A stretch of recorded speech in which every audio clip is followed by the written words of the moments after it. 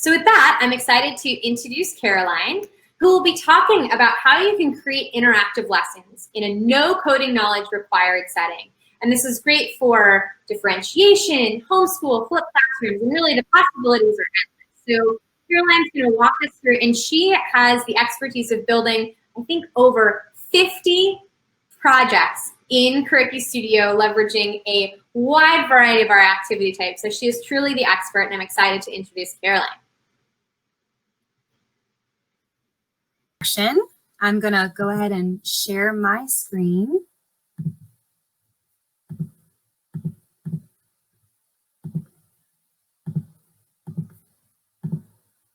Here we are. In today's webinar, I'm going to look at 3 things. I will try to answer questions in between each section. So on our agenda for today, we're going to look at how to take a PDF and turn it into CurrikiStudio magic, how to create an interactive video, and lastly, how to create a differentiated activity using CurrikiStudio. Before we jump in, let's take a look at the PDF file that I'll be using in our activities today. This is a worksheet used in an 8th grade science classroom. We all have that trusty worksheet that gets the job done. It's static and not interactive, but I know that it accurately assesses my students on the content. Now, in our current educational environment of blended and online learning, how do I adjust this worksheet to make it digitally interactive for my students? Well, the answer to that is CurrikiStudio. So let's take a peek at how this worksheet can be transformed in CurrikiStudio. Here, we are looking at an example of a built-out column layout. This activity type stacks multiple interactions. I'm going to discuss how to implement a few of my favorite activities, starting with the drag text feature. Drag text is a wonderful activity type whenever you need to do a warm-up, a bell ringer, a lead-in, active engagement, check for understanding, or an independent practice. As we are looking at this drag text example, I hope you notice that the provided content looks very familiar.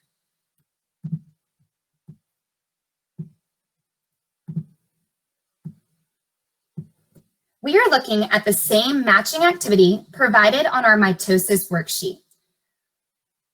We see that the instructions have been copied and pasted into our drag text activity. You should also notice that the questions are exactly the same and have also been copied and pasted in.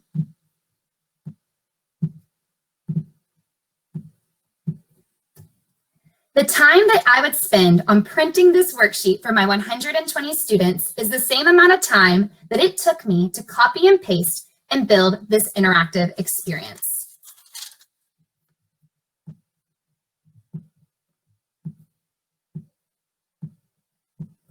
As I'm dropping my answers, we are seeing instant feedback.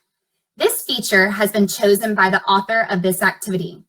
If providing this activity as a warm-up or bell ringer, I would likely select this same instant feedback setting.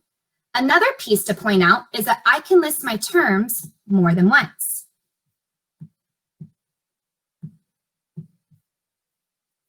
Now, let's take a look at fill in the blanks.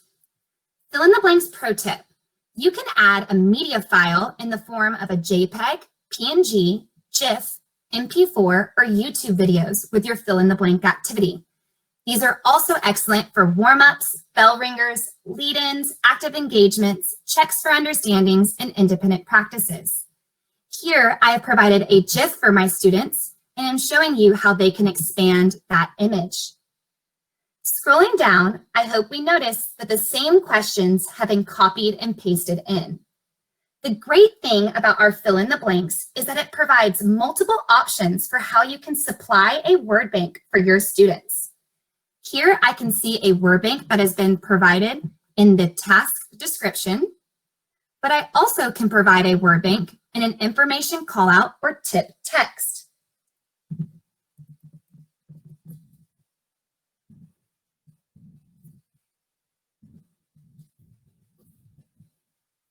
Now my students can type in their answers and are provided immediate feedback. Again, that feature is customizable by the author of that activity. Now scrolling down, here we have drag and drop. I have provided 2 different versions of my drag and drop. Drag and drops are excellent for warm-ups, bell ringers, lead-ins, active engagements, checks for understandings, and independent practices. First, we will look at a snippet style of a drag and drop. I have taken my PDF, so once again, here is that PDF worksheet, and I have taken that worksheet and used my snipping tool on my computer to grab an image of the matching activity. In the CurrikiStudio tool, I uploaded that image and easily created the buttons below. Now, I am going to drag in my answers to also show you an important feature where you can provide feedback based on how your students perform.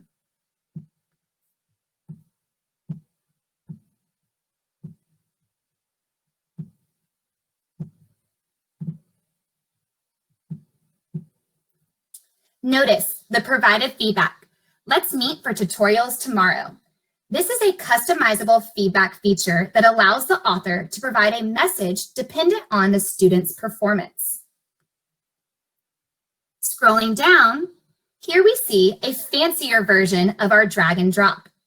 The teacher has created their own image using a tool like Canva, and students are now going to take the descriptions that have been put into buttons and place them into the correct phases above.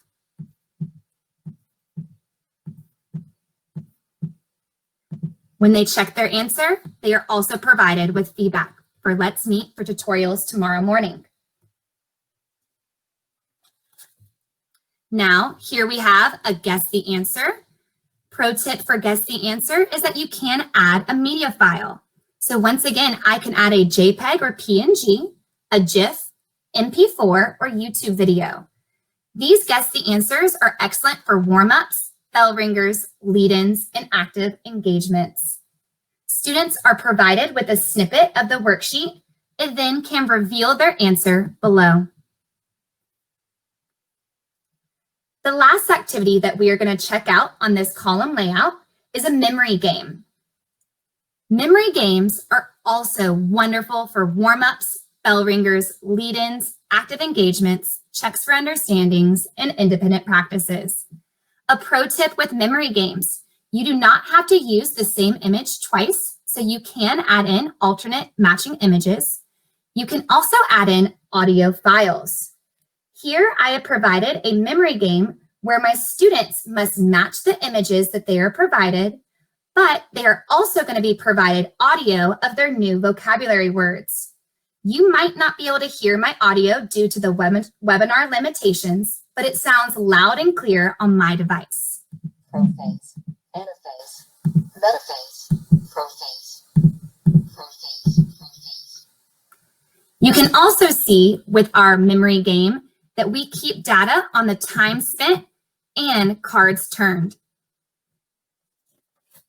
Now, let's take a look at how to easily and truly how easy it is to build out an activity like the ones we see here in our column layout. Here is my screen when I'm editing as an author. I have my playlist here ready to go. I also hope you see how easy it is to reorganize your content and move your content from playlist to playlist. But let's jump in and add a new resource. When adding a new resource, you are met with a bunch of different, and when I say bunch, sorry, a few different categories where we house our 50+ activity types. We have audio, informational, multimedia, photos and images, questions, and mathematics. Today, I'm going to show you how to create a fill in the blanks similar to what we just saw in column layout, but we're going to use the bottom half of our MITOSIS worksheet. We need to upload a thumbnail, provide a title. So this is our phases of MITOSIS, and this will be our fill in the blank activity. I'm going to provide the subject, which is science in 8th grade for my educational level. Press continue.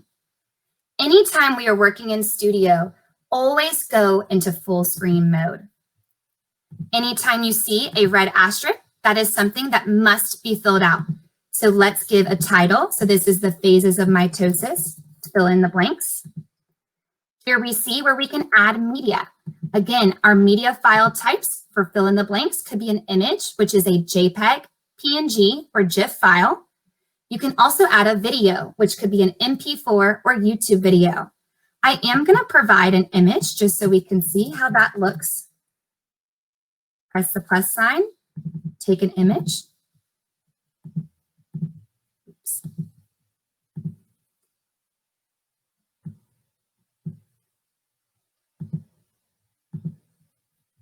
Sorry about that pause. Take the image, add it in. I'm going to add in my alternative text as well. I'm going to close that up. Now for my task description. Task descriptions provide a already filled out response that says fill in the missing words. I am going to keep that, but I also want to provide my students with a word bank. Notice that all the features in our activities do look similar to what you normally see on a Google Doc or Microsoft Word document. Now to get my word bank, I'm going to head back to my MITOSIS worksheet. And I'm scrolling down because we're going to take it from the bottom half of my worksheet. So I have these words at the top that I want to get. So I'm going to highlight those. And sometimes PDFs can give you trouble whenever you're highlighting, but try your best to get that copied. Now I'm going to head back to Studio. Here are my words. I have interphase, prophase, anaphase, telophase, and metaphase. I need to finish out and add that second row. Scrolling down. Let's get those for us. Add them in. Looks like cytokinesis is going to be used twice. The sister chromatid, centromere, and cell plate. Now that I have that word bank, we're scrolling down where we will see important instructions. Important instructions will be listed for each activity type. If they are not automatically shown, it might look like this, a yellow button that says show instructions. When clicking on that, you will be provided anything that you need to do to create the activity. So for this activity, blanks are added with an asterisk. So my coding is adding an asterisk in front and behind my correct answer. I also can add alternative answers with a separated /, or I could provide a textual tip, which I am going to do by using a colon in front of the tip. So let's go back to my worksheet and grab my first question. Question number 18, in what phase does the cell begin to split? So I'm going to copy that and come back to Studio where I've pasted it in. I could provide my answer at the front or back of this. I'm going to do it in the back. I know my answer is cytokinesis. And I do want to provide a tip. For my tip, I'm actually going to provide that word bank I just created above. So I've put in my colon. I'm going to go right back up and grab this word bank, copy it, paste it in. And then to finish this out, I need to add another asterisk. So I'm not going to do the whole worksheet, but I'll do a couple more. So again, let's go back to the MITOSIS worksheet, copy the question I would like to copy, come back to Studio, paste it in. My answer to this one is anaphase. I want to add that word bank here as well. So let's go back up. I'm going to steal it from the one above. It already has the asterisk on the end, so I don't need to add that again. Everything looks great, and let's add one more in. So I'll add in question 20, what phase does a chromatin condense to form chromosomes? Copy it, come back to Studio, paste it in.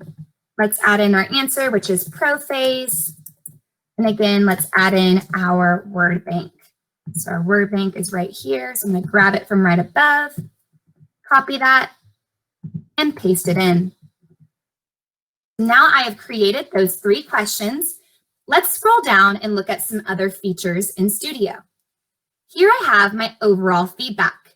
This is where I was able to provide the instructions to my students to come to tutorials.